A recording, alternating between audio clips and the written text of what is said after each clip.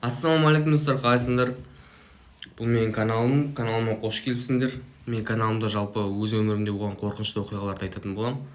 Жалпы өздеріңіз де білетін шығарсыздар, әлеуметтік желілерде или біреудің өмірінде бастарлық болу или сондай бір келеңсіз оқиғаларды естіп жататын шығарсыздар. Сондай оқиға менің басымнан өтті.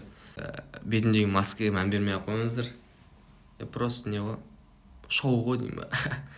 Короче, інім екеуміз и папа үшеуміз үйде жатамыз. Папа бөлек бөлмеде жатыр да, біз інім екеуміз бөлек бөлмеде жатырмыз. Сөйтіп сағат 3-ге дейін телефон қарап жатамыз. Телефон қарап жатсақ, даланың есігі ашық қалған ғой. Даланың есігі ашық қалса, біздің үйде деген келеңсіз жағдаяттар орын алады, сондай үй болды біздің үй. Сөйтіп жатамыз, сағат 3-ге дейін телефон қарап, бір кезде ыңғайсыз дауыстар естіліп бастайды. Даланың есігін біреу қағады, тоқылдады. Папа шығар или мама келді ма, кім болды бұл дейміз ғой, екеуміз бірімізге қарап, інім екеуміз. Сөйтсек ешкім тұрмайды, ешкім қимылдамайды. Жаттық, сөйтіп қорқып жатырық та, ішімізде қорқыныш бар да. Может басқа біреу, анау. Інім екеуміз потеря болып жатсақ, кухня жақтан ыңғайсыз дауыстар шығып бастайды ғой. Қасықтар тарсылдайды, вилкаларды лақтырады, сөйтіп басталды дауыс. Інім екеуміз бірімізге қараймыз, шок боламыз ғой, прикинь. Сөйтеді де бір ыңғайсыз мышықтардың жүрген дауысы естіледі.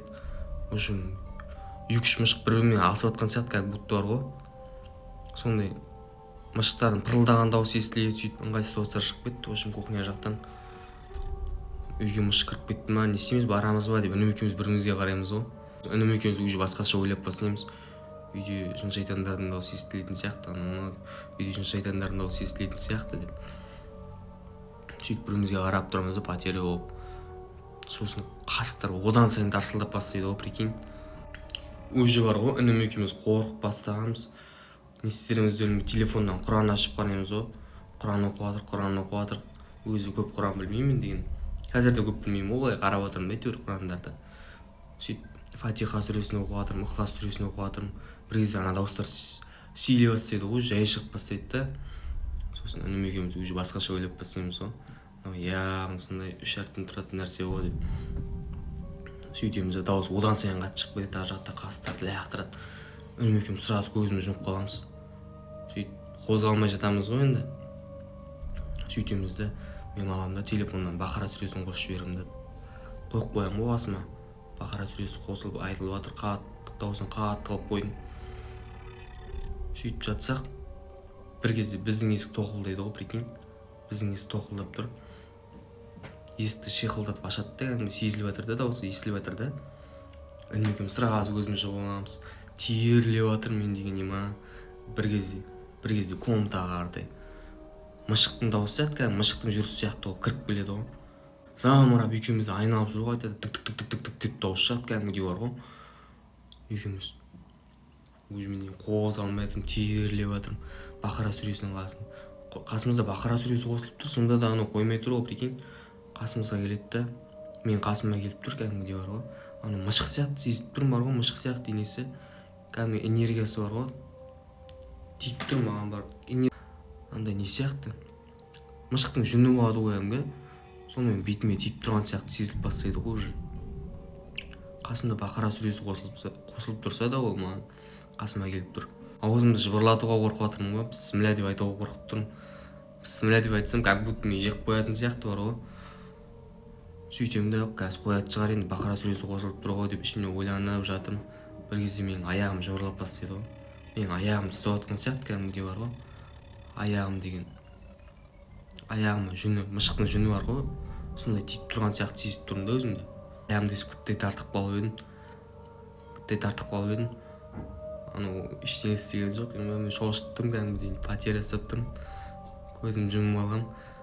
Бір кезде көрпемнің астына кіреді да. Менің денеме кәдімгідей жабысқандай, мышықтың терісі жабысқандай болып жатыр да. Бар ойым, папа намазға тұрса екен, папа намазға қашан тұрады екен деп ойлап отырмын ғой. Папаның намазға тұратын уақытты уже біліп жатыр ғой, інім екеуміз. Мен соны күтіп жатырмын, анау атып кетпейтін сияқты қасымыздан, кәдімгідей қорқып жатырмын мен деген дірілдеп.